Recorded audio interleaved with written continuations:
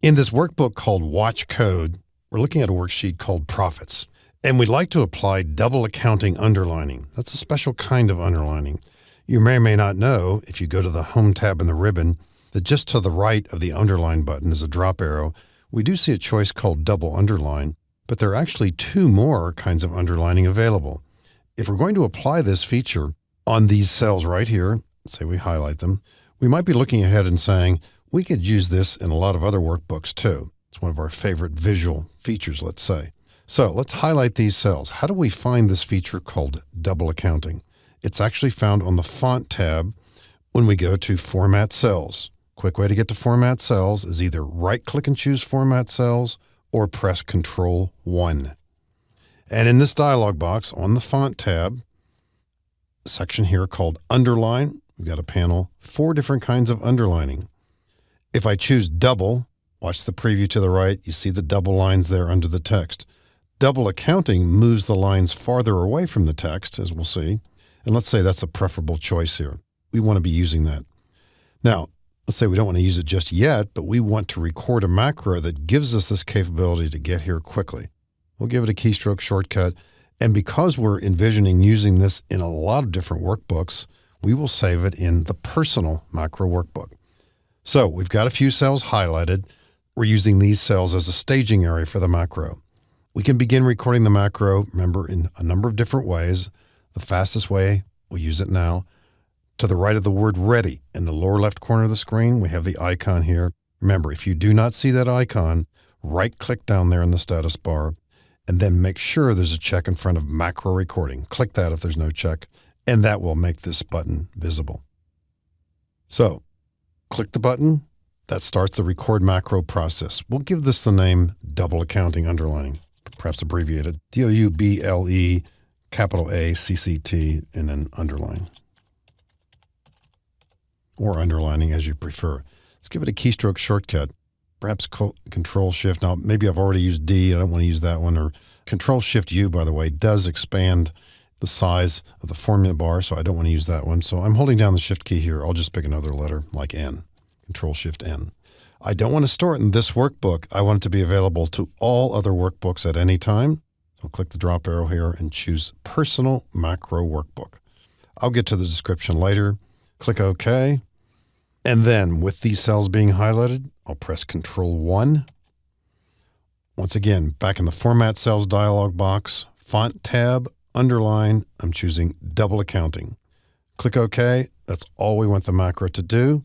Lower left corner, just to the right of the word Ready, I'll click the box for Stopping Recording. So that's done. Let's go take a look at it. Alt F11. That takes us into the world of Visual Basic. We're not necessarily seeing the macro that we just wrote. And over on the left-hand side, we see the various open files, including Personal, which is an open file but hidden. So we don't normally see it in the Excel environment, but it's here. Once we've created it, it's always going to be visible. And we don't necessarily know which module it's in. And by the way, sometimes when you come here, module is collapsed, and so is VBA project right here. So sometimes when you come into this environment, you might be seeing code windows stacked up like this, possibly. You might be seeing in the VBA project window over here, maybe Personal with a plus in front of it. So we want to expand that. Click the plus and go to the modules, and there might be a plus there. Let's check in Module 1. This is the macro that just got recorded. Now, as it turns out, in lots of macros, particularly with those related to formatting, we see lots of features here that we don't necessarily need. Now, there's nothing wrong with this. It doesn't take up any more time, or it wouldn't take up any less time if we remove some of these features. But sometimes we're thinking about readability and conciseness and the ability to also copy and move macro code into different macros. So it's not inappropriate to get rid of some of these comments as well. I usually, when I enter a macro, get rid of these first 3 lines. That's simply a repeat of the macro name along with some empty rows. And nothing wrong with keeping them, but on the other hand, we can get rid of them as well too. And maybe the empty row, or keep it as you wish. Now, it turns out that the only thing we really want to do here in this example is apply double accounting. And you wouldn't have known what to type here, but it's pretty apparent from looking at the code here. This is the line that does what we want. So I'm going to get rid of these lines right here. Highlight these, press delete. And then highlight the 3 lines afterwards. Don't need those either. Delete. Now, I have done this in the past. Am I recommending that you do this? Not necessarily. But here's a thought. Let's say we're going to try this now. If not, we'll record the macro again. It was so short, it wouldn't take us much time. The keystroke shortcut here is Control-Shift-N. Let's jump back into the Excel environment, Alt-F11. Remember, that's the toggle for jumping back and forth between the VBA window and standard Excel. Alt-F11. We're back here. Let's just try this on a different row right here. And it doesn't have to be the same number of cells. We could try it on 3 cells. Let's do it that way just to emphasize the idea. We can try it on any number of cells. Control-Shift-N. Looks like it worked. Let's click outside of it just to make sure, yes, it applied that feature. Try it over here. Control-Shift-N. Click away from it to make sure, yes, that worked. So it's working okay. Alt-F11. Now, here's another thought. You might have seen, and imagine you're relatively new with macros, but you've seen a few, and you say to yourself, well, does it really have to be that long? Couldn't we just take this data here? Well, we could try it. Let's highlight this, press Control-C, click after the N with, press Control-V, and I'm going to click after the word font here and press Delete. Now, is this going to work? Well, let's test it. And how might we test it? Let's, first of all, save this. In other words, let's not delete it, but let's make it be a comment. So for every line here, we'll just put a single quote. By the way, the single quote doesn't have to be on the extreme left side, but why not? Makes it look a little neater. So we've turned that part of the code into comment. So this is not coding at all. Right now, this macro has a single line. Is this going to work? We're not sure. Alt F11, we'll test it on a few more cells here. Control-Shift-N. Well, it looks like it worked there. Just to make sure, we'll click away from it. It looks like it's working. That's just fine. So we'll go back to VBA, Alt F11. So we've tested this out. This does work. Now, was that truly necessary? Not really. But on the other hand, there is a tendency to make code look more concise, more compact. And why not be aware of that concept at the beginning? So the macro is very short. It does one thing. It simply applies double accounting underlining. Right now, we've got another workbook open. It's got some modules in it. So under the VBA project window here, watch code. Down below, we see some modules. There's a plus there. Let's take a look at module 1. There's a macro for displaying values in millions. You might have seen that in the previous movie. Here's module 2. I'm about to double click on it. And we see highlight value cells. Now, here's something that might catch your eye. When this macro was recorded, its purpose was simply to highlight value cells. But at a later time, it looks like some additional code was added, and you wouldn't necessarily know what this does unless maybe you recorded it, or maybe you have a hint at least. This applies borders on the top, bottom, left, and right. Maybe we're not sure what type, but let's say we want that to happen when we apply double accounting underlining. Now, in a real-life situation, would you really want to do that? I'd say probably not, but let's emphasize this idea that as you become more familiar with the VBA environment and you see code, sometimes you recognize that rather than trying to record a macro to do this feature by itself or somehow type this code, if we want to apply borders, and it looks like that's what this is doing here, why don't we highlight this and copy it?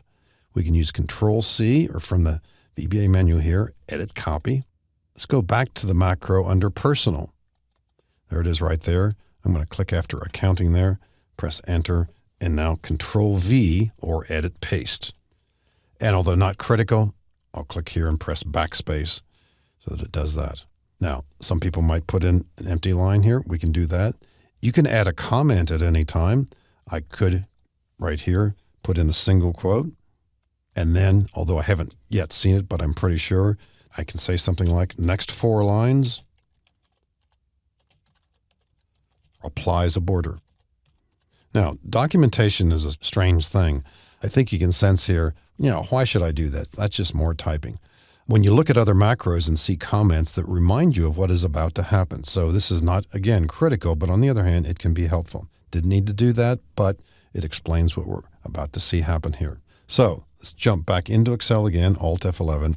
I'm going to remove the double accounting underlining by highlighting all these cells, right-click Format Cells, could have pressed Control-1, and here, for underline, I'll choose None.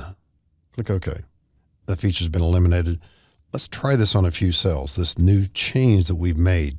Remember, it's Control-Shift-D. Now we're about to see borders here as well as double underlining. Is it going to be a border around just the 3 cells or around each one of them? We don't necessarily know. Control-Shift-N. Looks like the double accounting has been applied, but also a border. Now, would I really do that in real life? Probably not. But it does accentuate the idea how we can use code in different macros and copy-paste. As it turns out, I probably wouldn't want that feature, Alt F11, and I probably would come back here and delete this. But again, we're emphasizing the idea of how we build macros, mostly by recording, but at different times we will want to copy and paste. Another not necessary feature here too, we could find another macro that uses other kinds of color possibly, or another macro that moves to a certain cell when it's finished. This actually went to cell A1. Do we really want to do that? Probably not. But we could copy and paste that code as well too. And whether it's from a standard Excel file that has a macro in it or whether it's in Personal, we can easily copy code back and forth between macros. And it's a time-honored approach to programming. And the phrase is, you don't want to reinvent the wheel. If I've already got code out there, no reason to record it or type it, just copy paste it. So this movie leads into the next one where we will take this code that we created here for double underlining and expand it and give it some logic capability using the if statement.